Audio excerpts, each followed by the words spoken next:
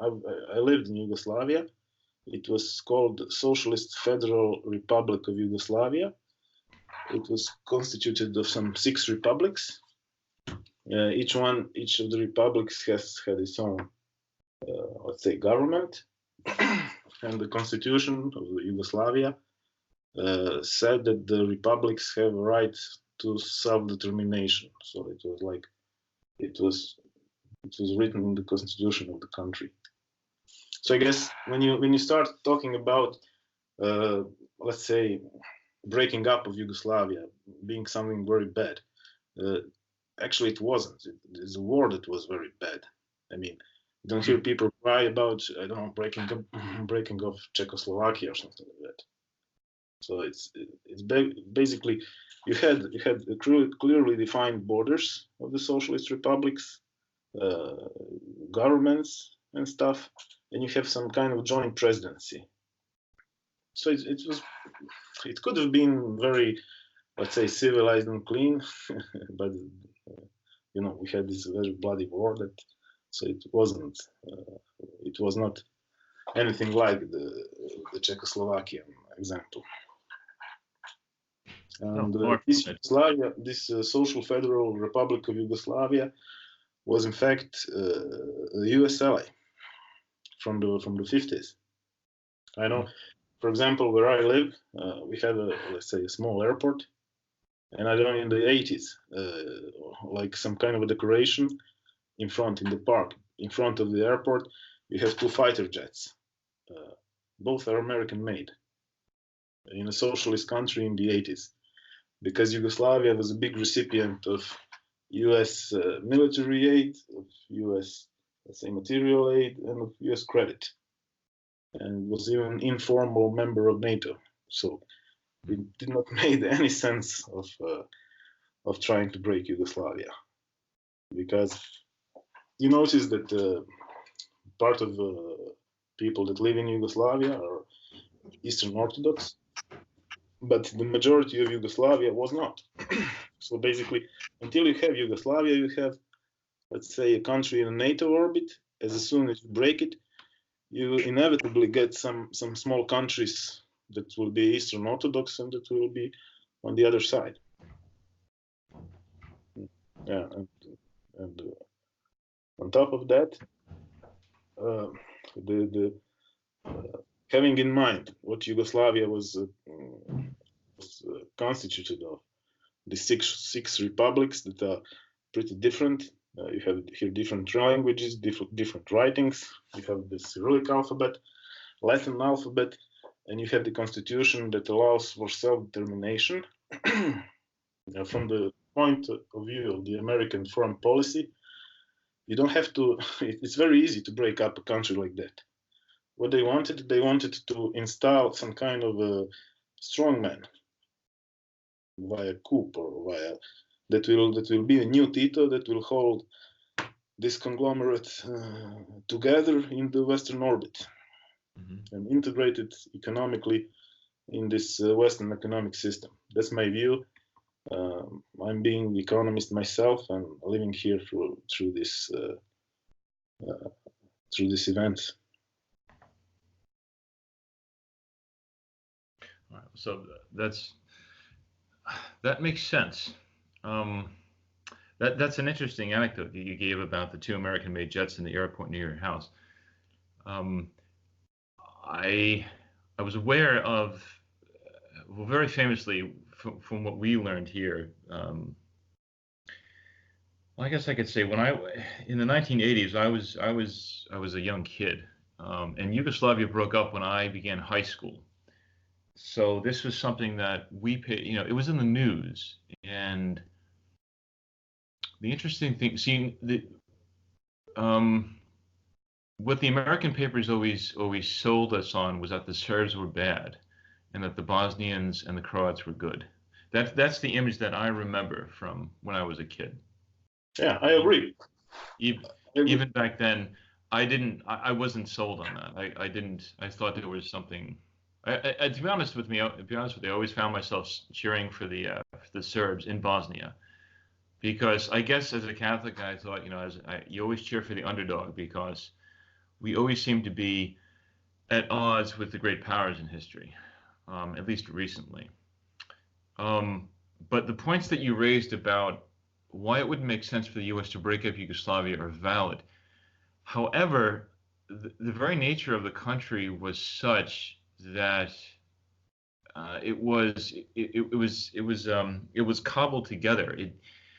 From what I understand, after World War II, after we decided, that is the British and the Americans and the Russians decided to support Marshal Josip Broz against Dragan Mihailovic, the Chetnik leader.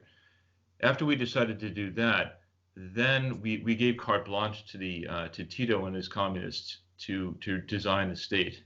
So he carved up. He had his own designs about how to put to rest the nationalism in the country, right? So he created the 6 republics, as you mentioned, and they all had to have a socialist form of government. And his idea was to subvert, or at least to dampen, put a cover on this nationalism. But that only worked until he died in 1980. And after that, there was this presidency, as you say. There was a revolving head of state, and it was this unwieldy power that I think the U.S. recognized was heading towards breaking up anyway in the 1980s. I remember that, reading about the CIA was saying, well, Yugoslavia is not going to last beyond the death of Tito for X number of years. And they were referring to the resurgence of Serb nationalism and then also Croatian nationalism. So, yeah, it didn't make any sense, but I think so when Slovenia left, that was no big deal. I remember that there was something called the 10-day war, right? The Yugoslav army went in and put up a farce pretty much of trying to stop the secession, but Milosevic said, "Okay, fine." Okay. And it seems like let's go a bit back. Okay. Just to put it into the perspective. So my grandparents were active. I mean, they lived through the Second World War. Before the Second World War, you had this Kingdom of Yugoslavia. Right. That has its origin in the breakup of the Austro-Hungarian Empire in the First World War. So the Second World War, Yugoslavia, the guy in charge was very heavy-handed, was an absolutist, and nobody liked it. I mean, the Kingdom of Yugoslavia was, let's say, voluntarily created, but by the 1940s, all the nations that were part of it wanted to get out. Okay, so it was except for the Serbs, the other dozen nationalities living in the country were not having a great time. So now you have this Axis power that are formed, and they make some kind of an ultimatum to Yugoslavia. They say, join us or you'll be crushed, basically. And so what the Kingdom of Yugoslavia does, it joins the Axis forces. Then you have a coup.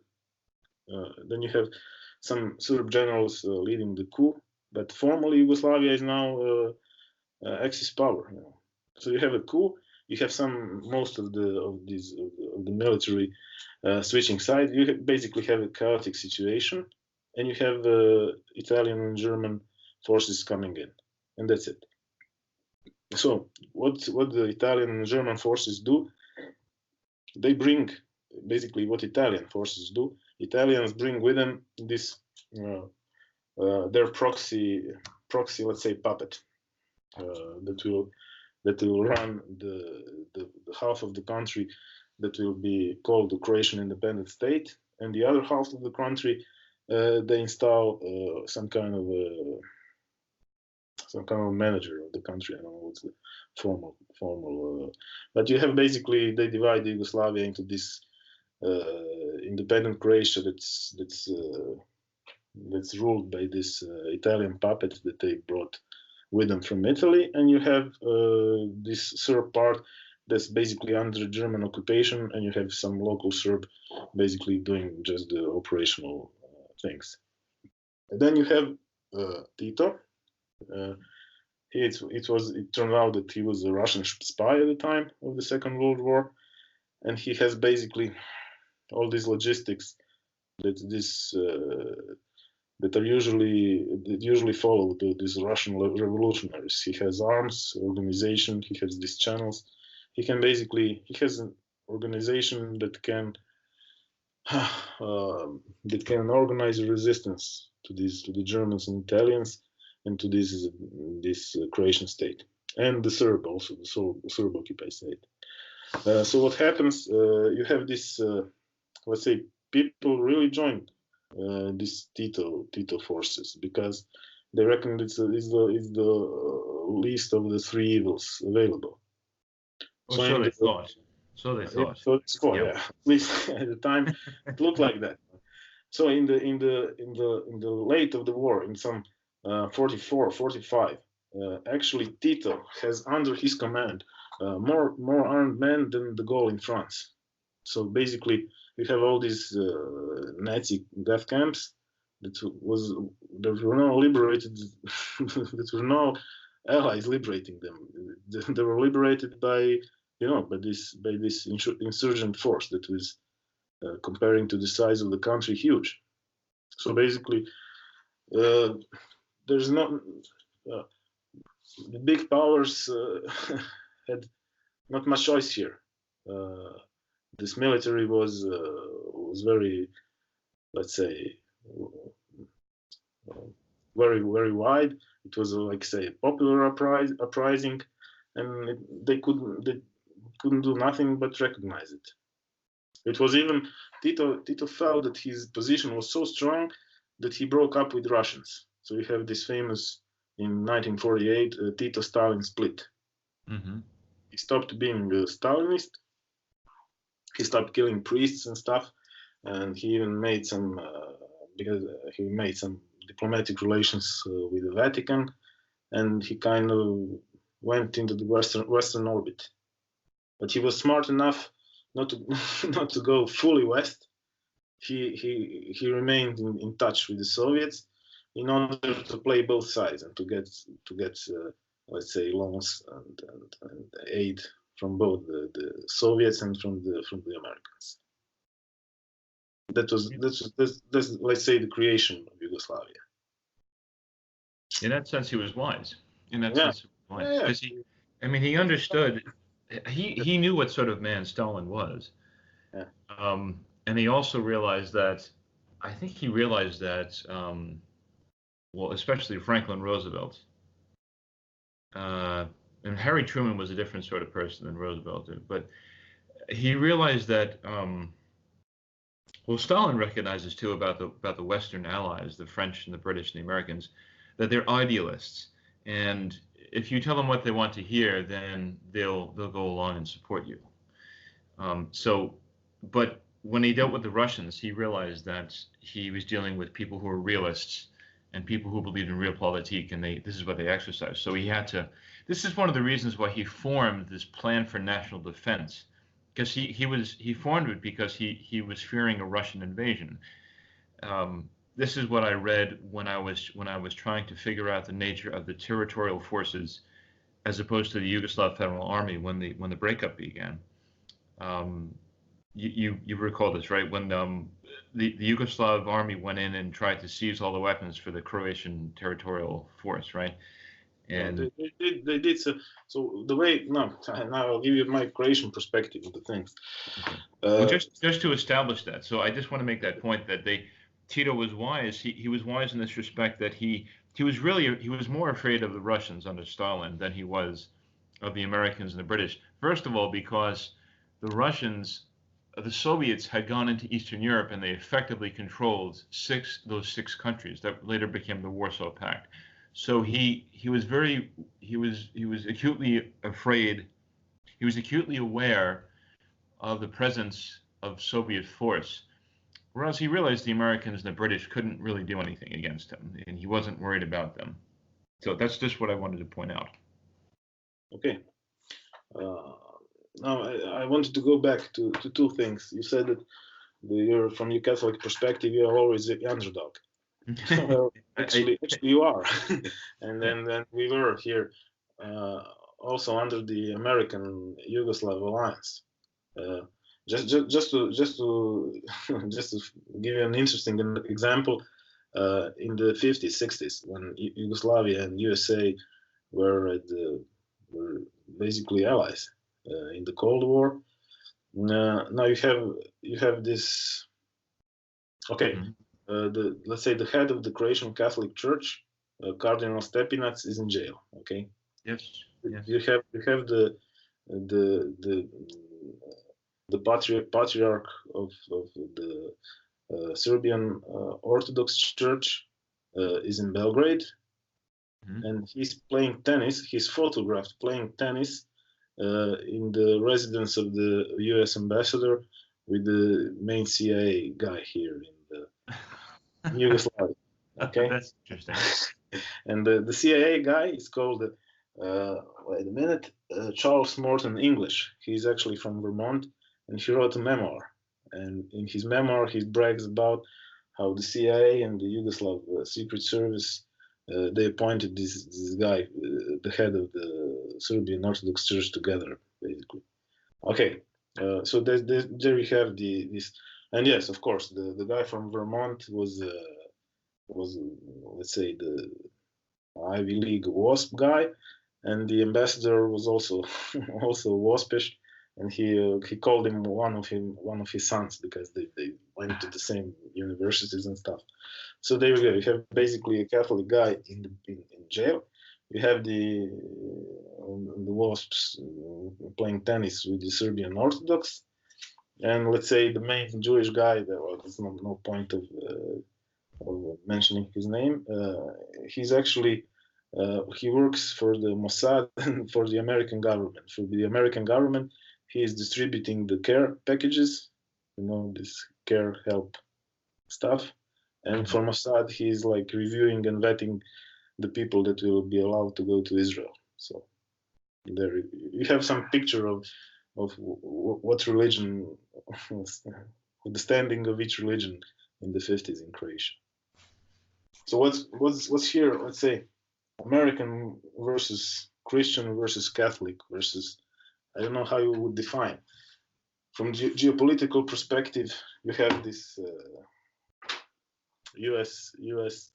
Yugoslav alliance, and on the other hand, you have this Catholic, Archbishop in jail, and you have USA sending in material support and help, military planes and stuff, and you have a Catholic senator in America. His name was Patrick McCarran. I don't know if you know about him. I don't actually. No. I think he's Democratic senator, but he was old school solid Catholic. So he is actually back in the 60s. He would have been a Democrat. Okay, so he's actually the chairman of this foreign policy board or something like that. Basically, he has to underwrite any foreign aid that leaves America. And what he says, wait a minute, there's a Catholic archbishop in jail. We're not sending them any ships, any guns and stuff until they release them. Why are they holding him there? Because, okay, we can go back at Stepinac. It was about Stepinac. So basically, what this CIA operative does, he, together with this guy from the CIA, was called Wisner, and the U.S. administration at the time, they managed somehow to circumvent basically the American, let's say, normal political procedure and avoid McCarran's veto on the help. So the Catholic guy remains in jail, and the Yugoslav party, or let's say Tito, gets the arms and the help anyway. So now it's basically speaking in terms of Christian versus, I mean, U.S. and Yugo. It kind of blurs. It always has a religious tilt, Well, Okay, so I can explain the American side. Um, One of the things that I've come to realize is that the discussion of the use of the word Christian in American politics is a great way of covering over any kind of partisan division. So Christian in the United States, in this country, means Protestant, and you made a reference to that by talking about the WASPs. The WASPs, excuse me, the WASPs are white Anglo-Saxon Protestants, and they were the ones who were they were the ones who formed the Central Intelligence Agency. They were the ones who worked for the Office of Secrets, the Office of Strategic Services, the OSS, in World War II, which was the predecessor of the CIA. And they hated the Catholic Church. They had no use for the Catholics because they were afraid, and this is a long-standing thing in this country. They were afraid that the Catholics owed a political allegiance to a foreign power, namely the Holy Father, the Pope. And beginning after World War II, the Catholics started to have a lot of kids because Catholics back then did not practice birth control, unfortunately, as a lot of them do now, whereas the Protestants did. So what does that mean for foreign policy? Excuse me, just for a second. I just had to plug in my computer. Thanks. What does that mean for foreign policy? Well, Dr. Jones certainly mentioned this, that if there was a way to co-opt the Catholics in the United States to fight the communists, then that was great. In other words, we can, it comes out excellently in your discussion of Cardinal Stepinac being in prison. The United States government effectively said, oh, yeah, but so what? I mean, the larger picture here is the anti-communist crusade, and if we can count on Marshal Tito to oppose the Soviet Union, all the better. This is what's known as Americanism in Catholic thinking. In other words, putting the United States first before the Catholic Church. So if there's a Catholic bishop who's imprisoned in a foreign country, but if that country is an ally of the U.S. against the Soviets, well, it's more important for that country to remain an ally than it is for the prelate to be released from prison, and that's exactly what happened. Yeah. So do you see my point there? Yeah, it did change when Kennedy became president. He basically it did and it didn't. It did and it didn't. John Kennedy was a Catholic, but he wasn't a very good one. He was unfaithful to his wife. He had a lot of foibles, but he did have a good sense. In other words, he wanted to end the Cold War, and he didn't want to get the Americans involved in Vietnam any more than they already were. So in that sense, yes. I mean, he was changing U.S. foreign policy, and I think that was the prime reason why he was assassinated. I think it was the CIA which was involved in his assassination, because there was the fear that he was going to so drastically change American foreign policy, which would mean effectively the end of the big military spending that they had come to count on. So that's why he was executed. And I think Lyndon Johnson was behind that, and the Central Intelligence Agency. In other words, people who again had no use for Catholics. And but anyway, so that's an interesting anecdote about Senator McCarran bypassing. He was the head of what was called the Senate Foreign Relations Committee, Yeah. And so that's basically that's the normal political process. Is you have oversight from Congress here. But what's happened ever since World War II is that the American president has become more and more powerful, and he can pretty much do whatever he wants, and this is a problem. So that's my little anecdote there, or my explanation, I should say. Okay, I can. Regarding Kennedy, regarding Stepinac, because of Kennedy, Stepinac managed to get out of jail. But regarding your instinct that the Serbs are here unfairly blamed, and the war in Slovenia and stuff, I can give you my perspective why I think it's why is that. So basically, speaking strategically or geopolitically, you have this loose federation of 6 republics that have an option to basically to break up. So and you have Tito, and you Tito's fine. You're working with Tito, and Tito's great from the American perspective. So naturally, when the Tito dies, what you want the next Tito. That you want the next Tito to be your guy, guy under your control. And so whom they find? The U.S. ambassador in Yugoslavia. I think his name was Zimmerman. In his biography, Warren Zimmerman, that's what his name was. Yeah. In his report, he's commenting like the CIA actions here, and he said at that time, meaning when Tito was dying, you had Milosevic sneezing, and you have 2 CIA operatives writing a report about it. So basically, what he's saying, that the CIA was extremely active in trying to. They saw because what Milosevic is basically an investment banker. He was frequently flying to the U.S. In Chase Manhattan Bank on some cocktail party. He was photographed with Rockefeller and Rothschild, and Rockefeller liked the guy, and you have this kind of stories about Milosevic. I can send you the picture, by the way. All right, I'd be interested to see it. Yeah. So basically, Milosevic was speaking conversational English. He was a central banker, and what to say, he was at the cocktail bars in the Chase Manhattan Bank in New York, and it was the let's say the feeling here was that he was an American guy, and what I think, I mean, I'm not a historian or anything, but what I think is that the U.S.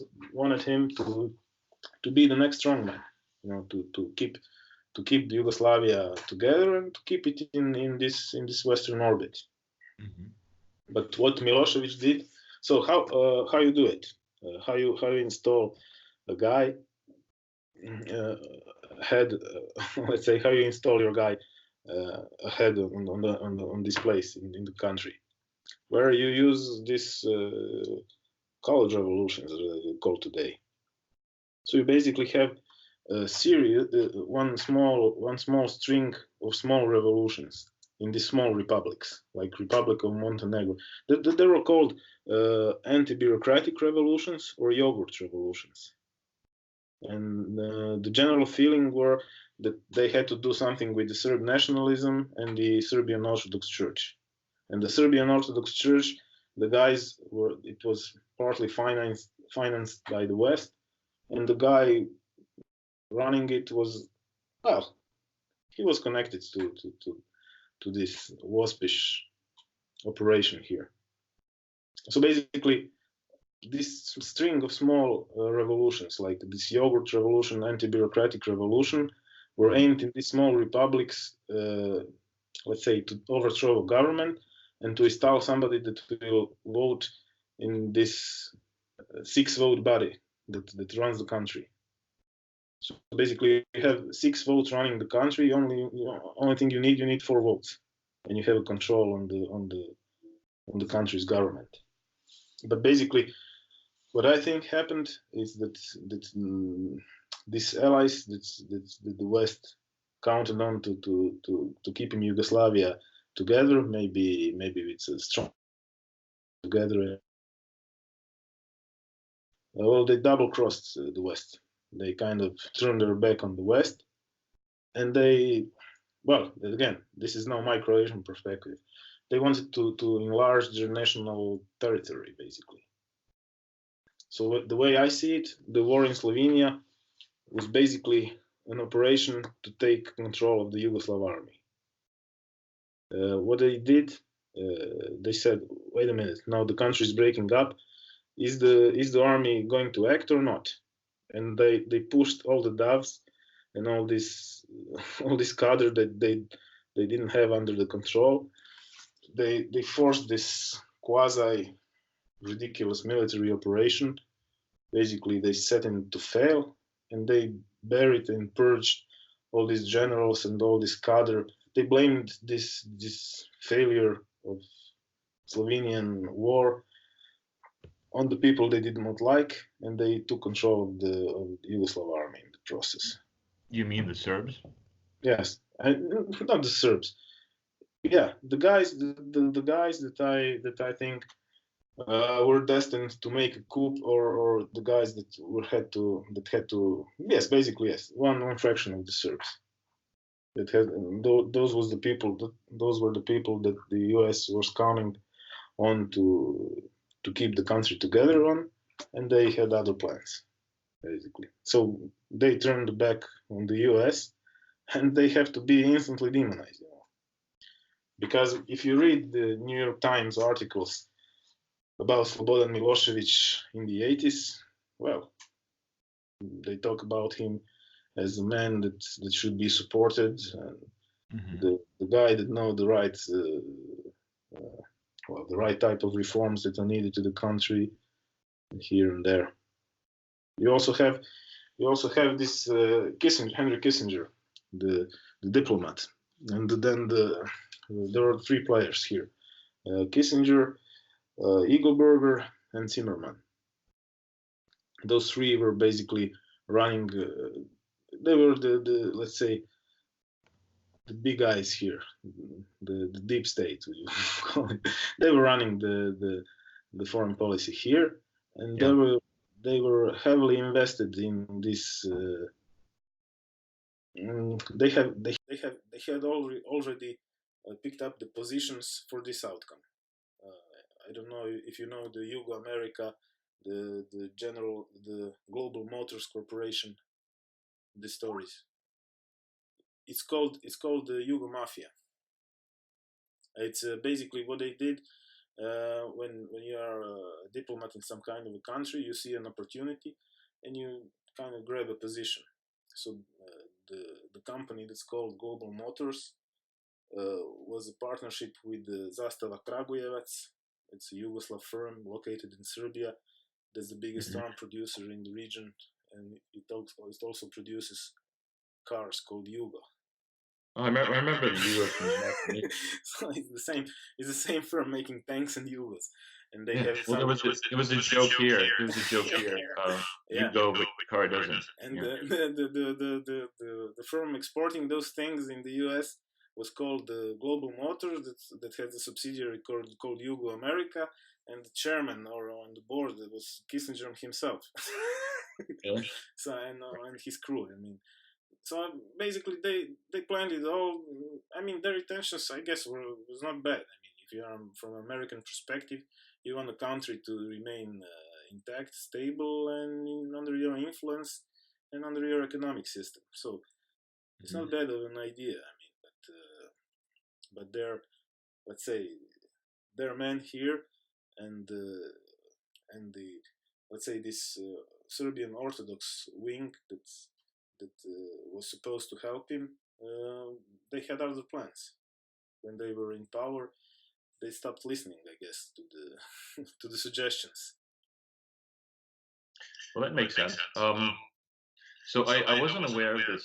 This is another line of thought that I wasn't aware of about that we had actually planned for Milosevic to inherit authority and to be the ruler of Yugoslavia, but he turned out to be someone who either took advantage of Serb nationalism or became himself convinced that he actually was a Serb, and he turned his back on communist ideology.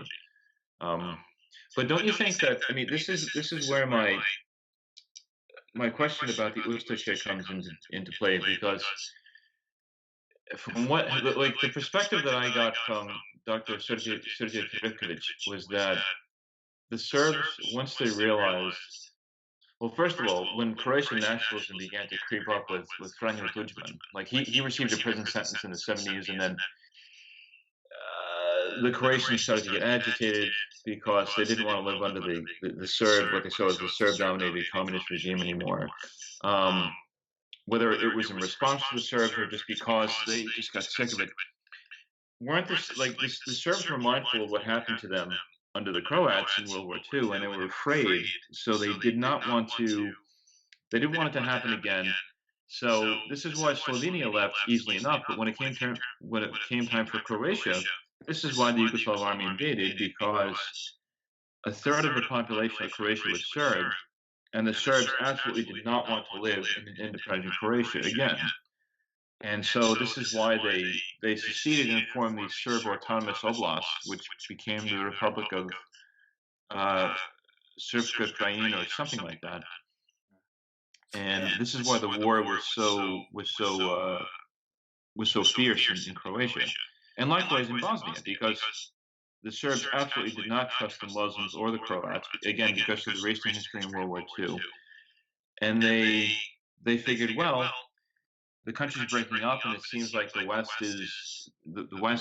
already voted in favor of Croatia being independent, so why can't we grab as much land as we can and just try to get ourselves into a position of power?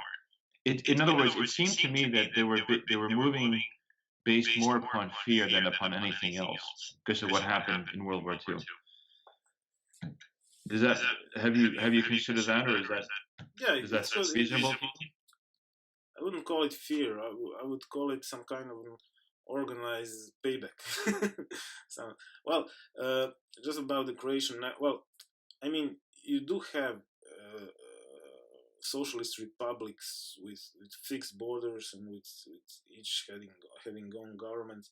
So you kind of well, it's always tricky to kind of to look benevolently into kind of rearranging the borders. And again, the Yugoslav army should have been Yugoslav. I mean, you have 6 republics, like 4 nations, more. How come this is all of the sudden it's breaking the inner republican border and protecting the Serbs? I mean, it's kind of, if it's Yugoslav, it does not mean it's Serb. Okay, so okay, let's take a step back. So Franjo Tudjman was a Croatian. Let's say he took part in it was called here Croatian Spring. It was a wave of student demonstration in 1971. Let's say, okay, so why the demonstrations were taking place? The reason was some authorities in Belgrade decided that that some institution in Belgrade now is responsible for modifying and codifying the Croatian language, and that irritated the Croatian professors in Zagreb. And I don't know what such a question got. It basically exploded in huge demonstration of students and professors, and Tito was very, very alive at that point.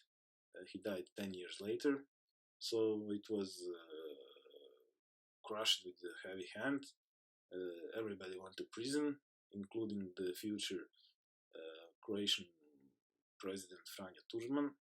By the way, Franjo Tudjman was also he participated in the Second World War.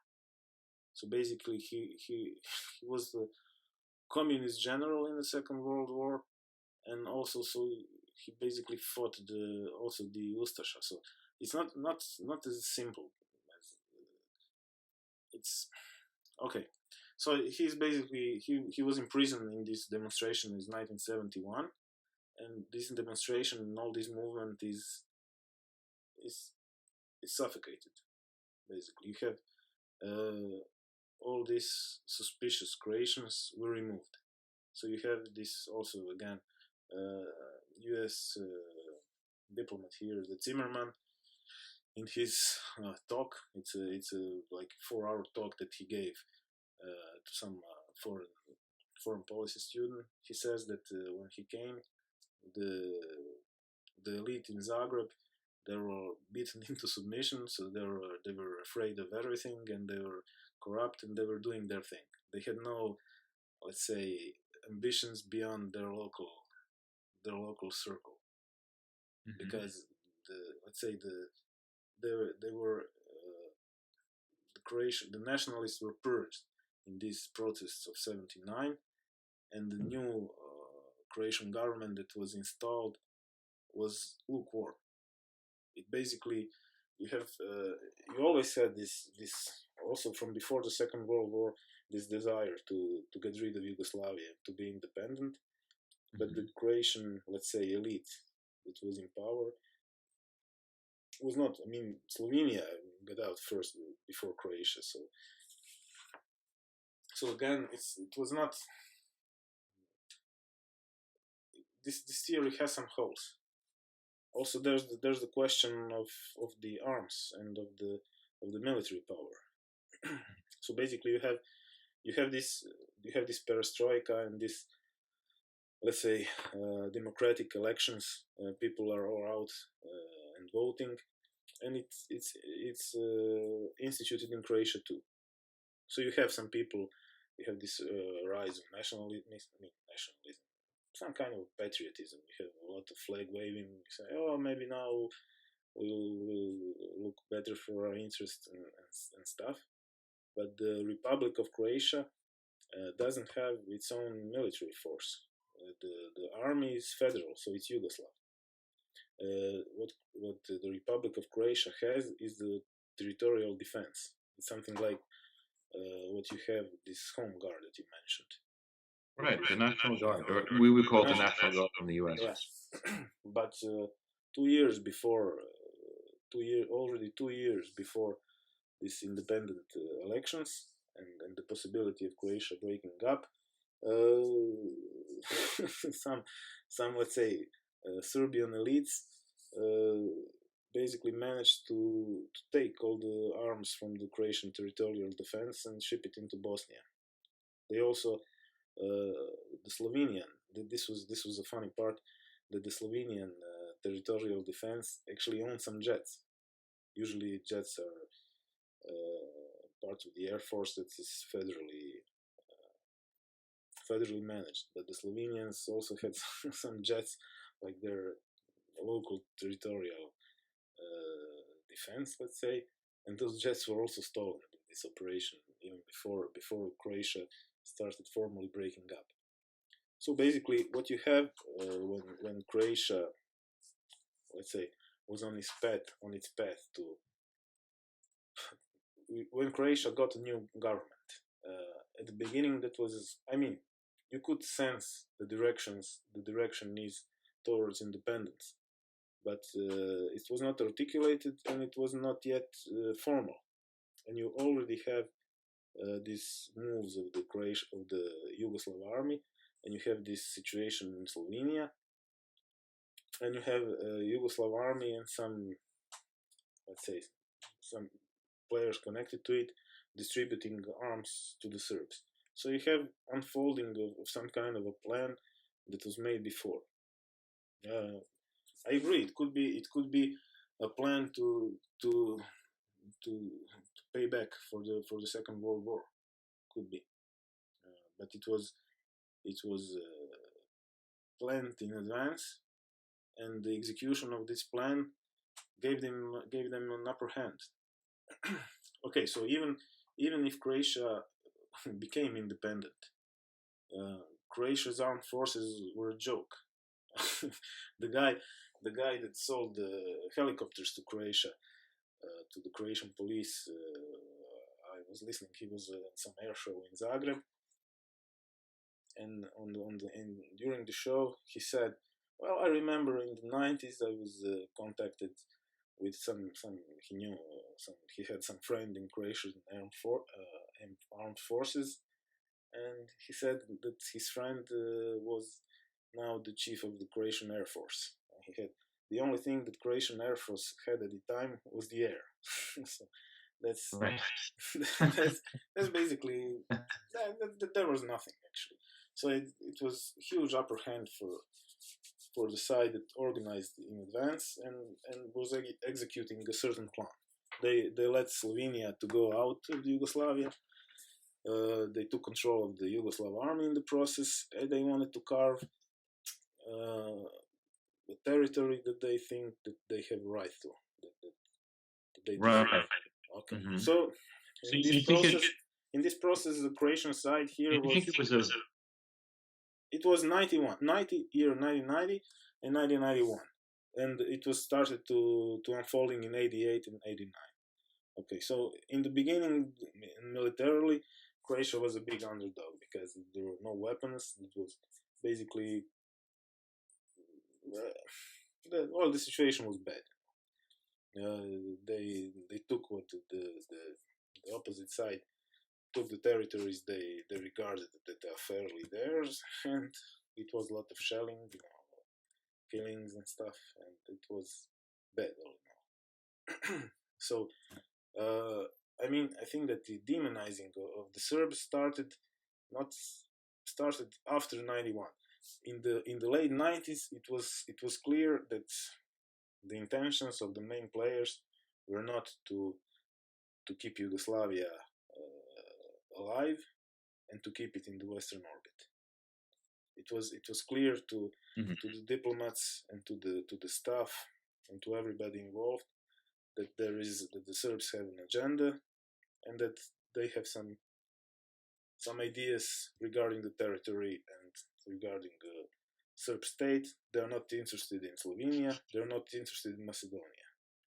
So basically, you cannot be pro-Yugoslav if you drive out two of the republics and then start partitioning the third. It makes no sense. If you are for Yugoslavia, you have to keep it entire. All this narrative of pro-Yugoslav, of Yugoslavia, it breaks here. Okay, so but then it was obvious that the Serbs have plans of their own. They don't want united Yugoslavia, and you immediately have various geopolitical players coming in. You have Germany, you have Russia, China, America, and after the 91, 92, at the end of the 90s, it's obvious. In the 91, you have people starting to recognize the independence of the Slovenia and Croatia because they knew it was a fact, and they knew that by recognizing, let's say, the legal borders between republics, you will kind of contain the war. Because if the internal borders are not recognized, the people fighting there have an incentive to grab as much territory as they can. By recognizing individual republics and the borders, you kind of kill that perspective that you will have now some war for the purpose of enlarging your territory. I think that was and also it was legally clean. It was a republic, socialist republic, that joined the Socialist Federal Republic of Yugoslavia, and in the constitution that was an option that it has the right to self-determination. Well, that was contested by the Serbs, though. The reading, I remember going into this, there was one article in the I guess the revised constitution in either 1974 or 1990 that all the different nations had to agree to or rather all the different republics, I should say, had to agree to the changing of the federal borders, and that the move by Slovenia and then Croatia and then later by Bosnia-Herzegovina were illegal because it violated the federal Yugoslav constitution. Now, you could say that was just a legal cloak for the Serbs doing what they wanted to do, but you either have a right to self-determination or you don't. It's not right. Exactly. But the thing is, okay, I understand. My point is, from the Catholic, and this is, I guess, what I was getting at, the Catholic perspective, you have to respect the international borders of states. And the reason why I think what the Americans did was irresponsible was because, okay, you might say, okay, well, the Croats really wanted to be independent. That's fine. The Slovenes really wanted to be independent of Yugoslavia. Okay, fine. Well, the problem then you run into the tension between the majority wishes and what the law says. And if there is disagreement about what the law says, you can't just take it into your own hands and act unilaterally. This is the reason why wars begin. Yeah. The problem with the Americans was that we think in terms of we think that every people has a right to self-determination, whereas historically that's been selectively applied. We didn't think that the Arabs, especially after World War I, we didn't think the Arabs had the right to self-determination, and we didn't think the Irish had the right to self-determination either. In other words, we selectively apply that. So, and I think this is what the rest of the world has learned, that there's an hypocrisy behind the American position because, in other words, we're going to favor the people whom we want to see succeed. And why? Because it's going to benefit us in some way, shape, or form. And I think George Bush's government saw that Yugoslavia was just coming apart. In other words, it couldn't be held together. But I think you just turned your video on? Yeah, but it's dark, so I'll turn it off. Yeah, I can barely see you. Okay. But I think George Bush, they were trying to, as you said, they were trying to guide the Yugoslav politicians to stay together, but at the same time they realized this national sentiment is rising because it was falsely contained by the communist philosophy anyway. So the question was, well, how can we best maneuver this to our own interests? Okay, so the Croatians and the Serbs have a history have a violent history, and there is, so let's maneuver this to a degree that that's going to be favorable to us. Now, the Croats are obviously going to be in the Western orbit because that's what they have historically been. So if Yugoslavia breaks up, let's make sure that Croatia is independent and becomes a Western ally. And now you're a member of NATO, right? And likewise with the Muslims in Bosnia Herzegovina, let's support an independent. See, this is where Ali Izetbegovic pulled the wool over the American eyes too, because he kept on telling us, oh, we want to have a multinational Bosnia Herzegovina, whereas in reality he was like a mujahideen. He wanted to have an Islamic state, but the reason why we supported him was because we wanted to please our Muslim allies in the Middle East. So again, the perspective was what's good for America. It's not necessarily what's good for the country of Yugoslavia as a whole. And I think we just fed the war by first arming the Croats, and secondly by arming the Bosnians to ensure that there was this more severe fighting. And putting diplomatic weight on the Yugoslavs to just let the Croats go and let the Bosnians go. But they were what really got me was the Americans were so unaware, so ignorant of the history that immediately preceded it, World War II. Like they were just they couldn't how could the Serbs not want to live with the Croats, or how could they not want to live with the Muslims? It was just so ignorant. It was just such colossal ignorance. And this is one of the problems that the Americans have. We just don't understand. We refuse to understand how religion plays a part of this. And then when Clinton was in office, Clinton, whom I'm convinced was not, he didn't really have a geopolitical agenda. It just seems to do like he went one way and then he went another, and he was not consistent in what he was doing. He just wanted to get 1996, which is what he did. But anyway, so the Catholic idea of having respect for borders, you have to have respect for borders unless the state itself agrees to change. And the way that we should have viewed the Declaration of Independence was an act of rebellion. I mean, okay, and just leave it to them to fight it out. Okay, why? So why then? Okay, there's a few things I want to. Yes, regarding the Americans arming the Croats. Well, and the Germans too. The Germans are a big deal too. There is there is a strange circumstance that I actually spoke with a member of the Croatian Parliament's foreign policy body, and he told me his first-hand experience in meeting with the American envoy for Yugoslavia. I don't know now his name, but I can Google it out. So it was 1991. Croatia, I think, was already recognized by Slovenia, and the American guy says, comes to this. So it's parliamentary. It's a foreign policy board of the Croatian Parliament, now freshly elected, and he comes in the room and says, "Well, guys, let me say one thing: the USA will never recognize an independent Croatia." Well, that are the words of the US. But a year later, we did. Yeah.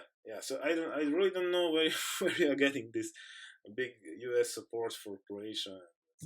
No. What I'm saying is, initially, we wanted to keep it together. This was George Bush. We wanted to keep Yugoslavia together, but when we discovered that this is in other words, when you discover you can't control a situation in the way that you wish to be controlled, then you try to arrange it in a way that will best suit you. Now we can say whatever we want about self-determination, right? But what really got me was that, well, why can't the Serbs in Croatia self-determine themselves?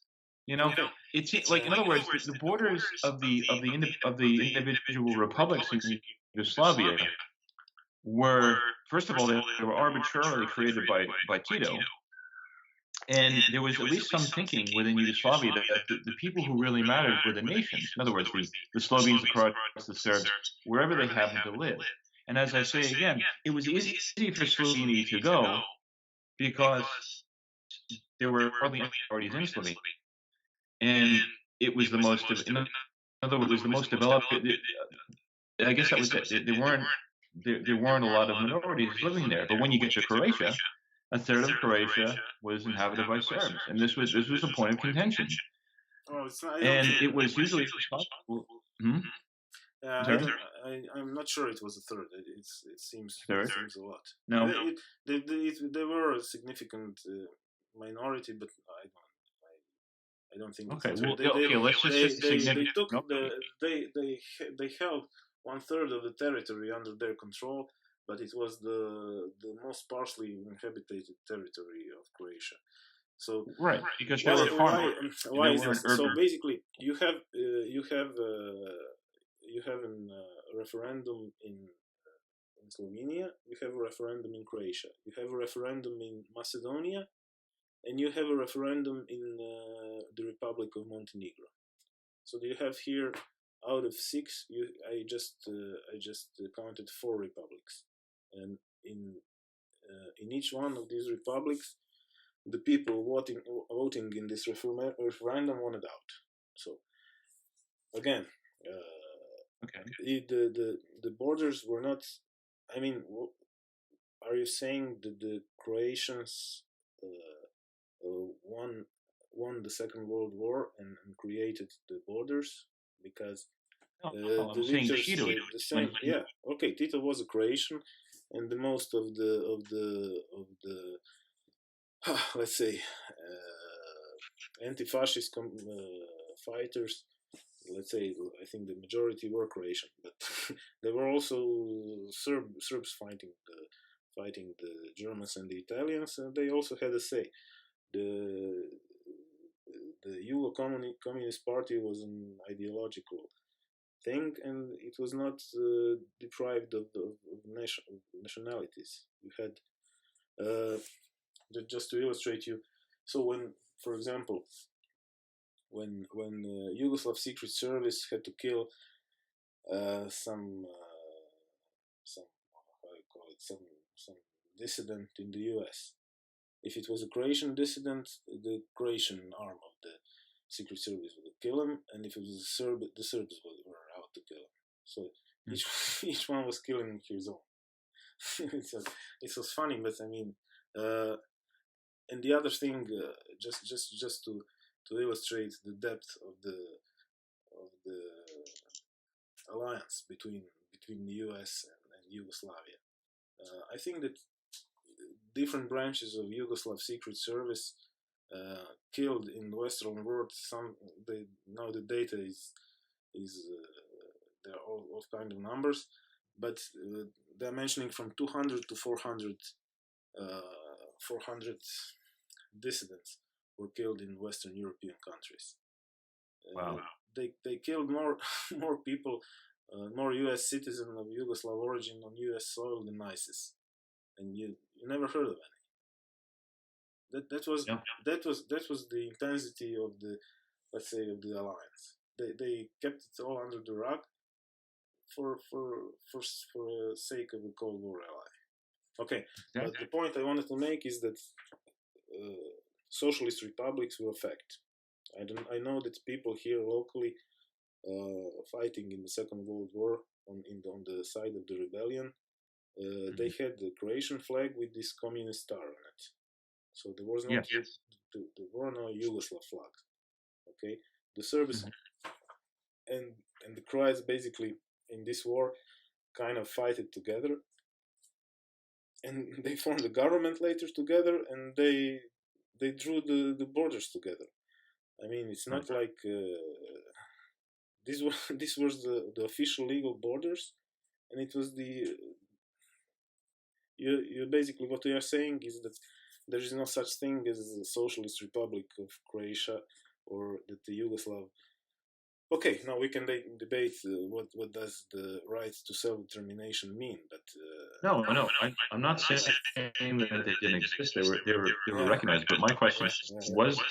Okay, if the Serbs have the right to secede from Croatia, I mean, well, they could have done some kind of a referendum, and of their local administrative units, and try to do it that way, like Catalonia is trying, or like the Scots are trying. It was an option, I mean, but they did not do that. You are mentioning now you are talking to a Croatian guy, so it's of course it's another perspective. I mean the opposite perspective, but okay, nevertheless. So what happened? What was legal according to the Yugoslav constitution? This is what I'm. This is what I'm getting at. Like, if I'll draw an analogy between what happened there and what happened here with the war between the states when the South seceded and formed the Confederacy. There was a tradition. In other words, it was not set in stone that secession from the Union in this country was unconstitutional. Which is why there is still a wide, and I'm one of these people, a wide body of people who believe that the South should have been able to secede peacefully. Whereas with the Yugoslav constitution, I have yet to see that it was constitutional. It was a constitutional move what Croatia and Slovenia and then Bosnia did in the face of opposition from the other republics, or the other republic being Serbia. That's what I'm getting at. Like, if it's a legal move, fine, but if it isn't, you can't just say that, oh, it's the majority. It's what the majority of the people wanted, and therefore it's okay, because this causes problems. Okay. So the socialist republics were a fact. Okay, they were drawn in communist times, but there were legal borders. The constitution of Yugoslavia was also a constitution of a communist country, but in the constitution, the literal sentences constitutes of 6 republics that have the right to self-determination. Now, the constitution does not go into details who has to vote, what's the referendum on, but it's not the intention of the constitution to go in such details. So, but you were saying that 2 of the 6 republics cannot secede, but actually all of the 6 republics seceded. Just one republic were allegedly against secession, but it's not true. The Serbs let Slovenia go, and they let also Macedonia go without a bullet being shot. So intention was never to let's say to keep Yugoslavia alive. It was an American wish. The Serbs never wanted to have Slovenia in their state or Macedonia. They let them, they let them go. So basically, what you're telling me is, do the Serbs in Croatia have the rights to self-determination? Well, I mean, if they form in some kind of a local, in some kind of a local entity, if they have such a majority that they could have picked this road. But this was not about legal secession or something. I think it was basically a pre-planned military operation to conquer a part of the territory. So it's But do you think they had done? If you think the Serbs had done that, do you think that would have been respected by the Croatian authorities? Okay, Croatian authorities did not have any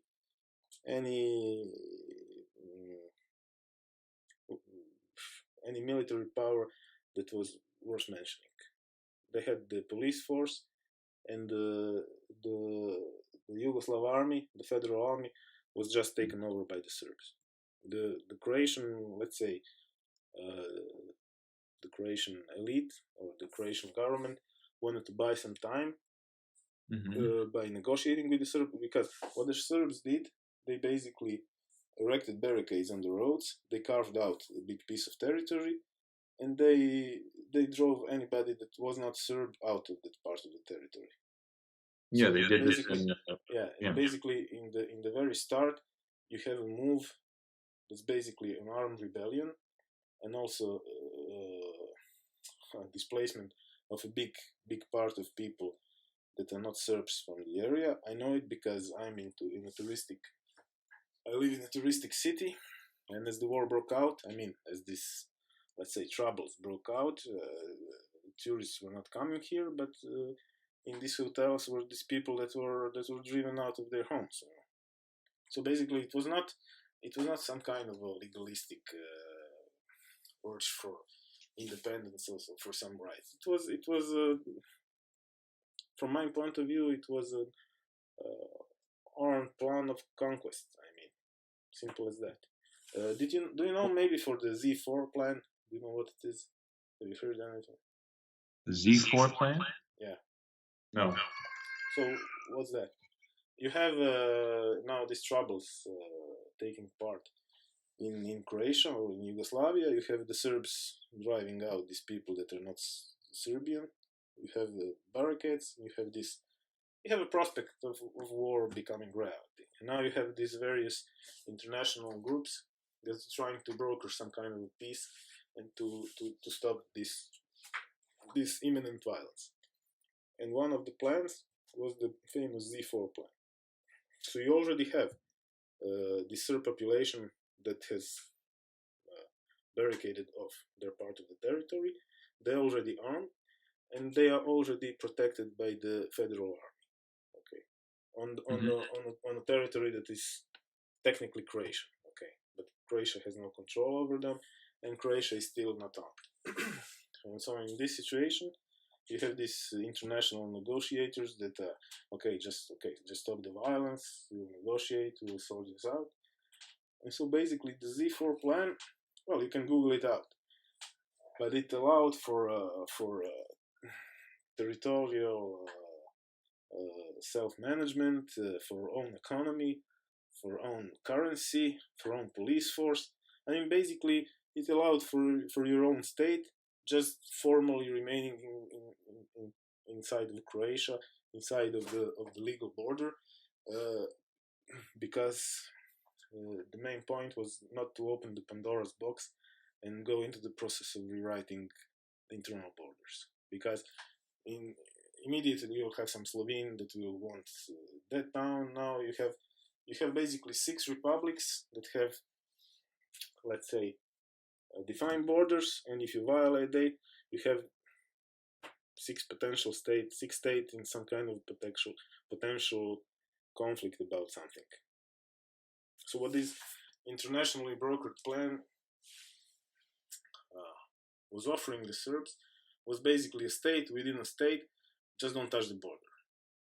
Mm-hmm. So the Croatian side signs this Z4 plan, and the Serbs won't, because they have an upper hand, they are well armed, they already have the territory under the possession, and the federal army is keeping their back.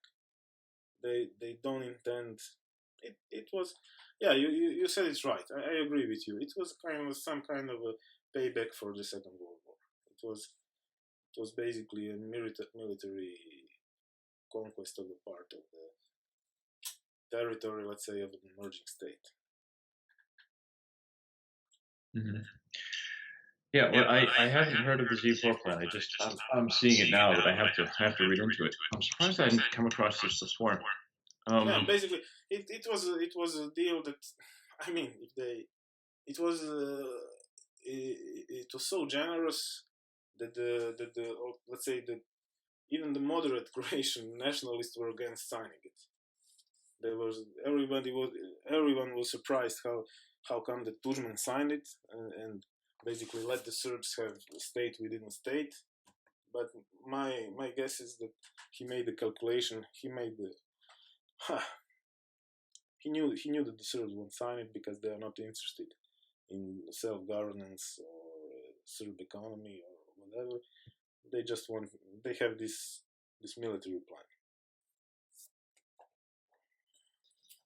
That's curious. Well, that's something I have to research more. But that, yeah, that does make sense. If you know the other side's not going to sign it, then just sign it on your behalf. It look good. And he looked very good because he gave him everything besides the flag. Well, this is curious. Yeah, this is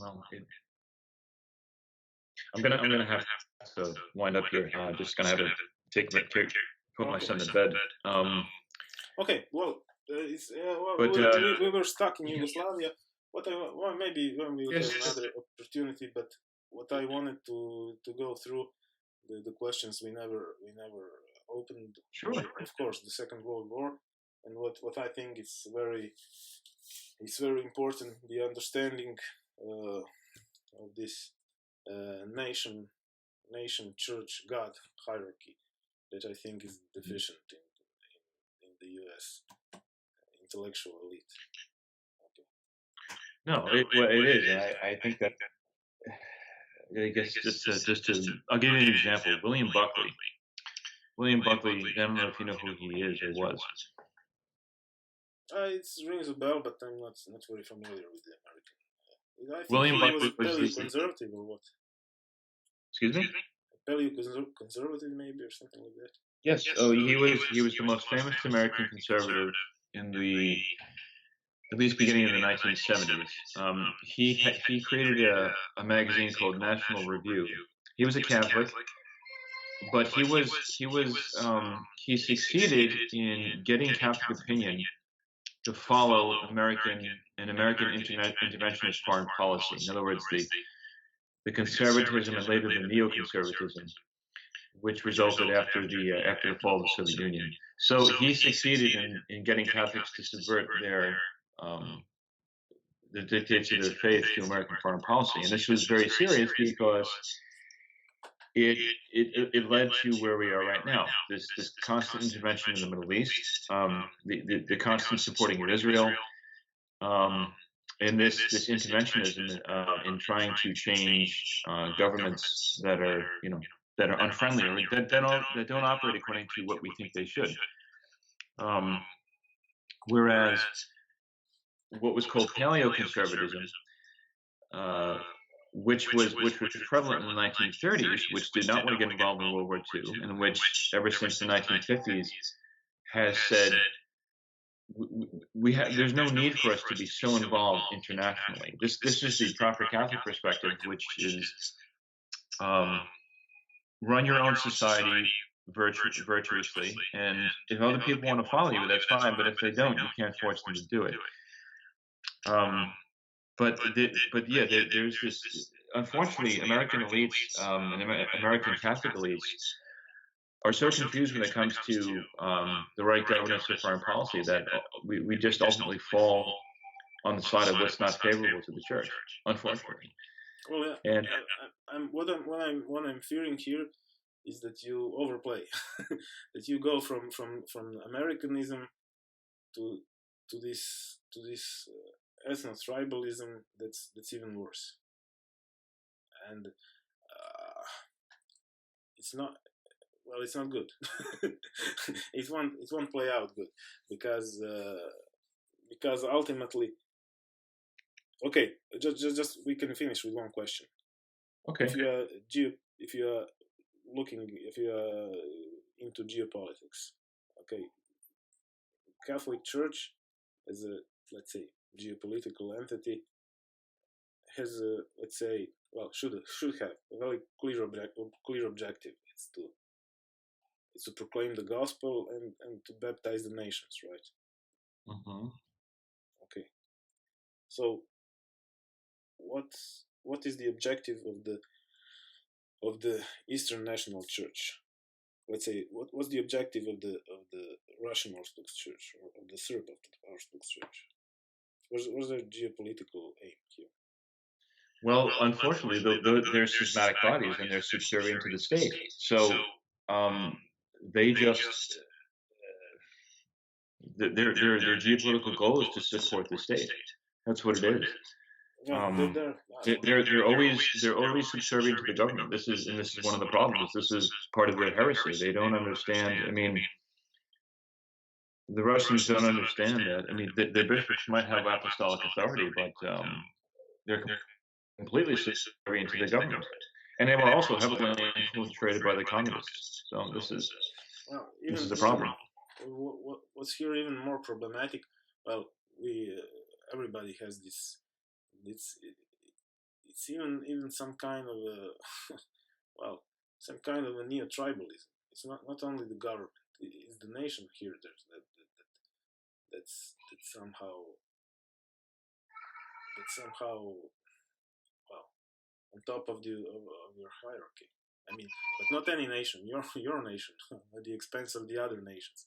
Okay, it's more of a subject for let's say World War II and pre-World War II events. So maybe we can discuss this another time. Okay.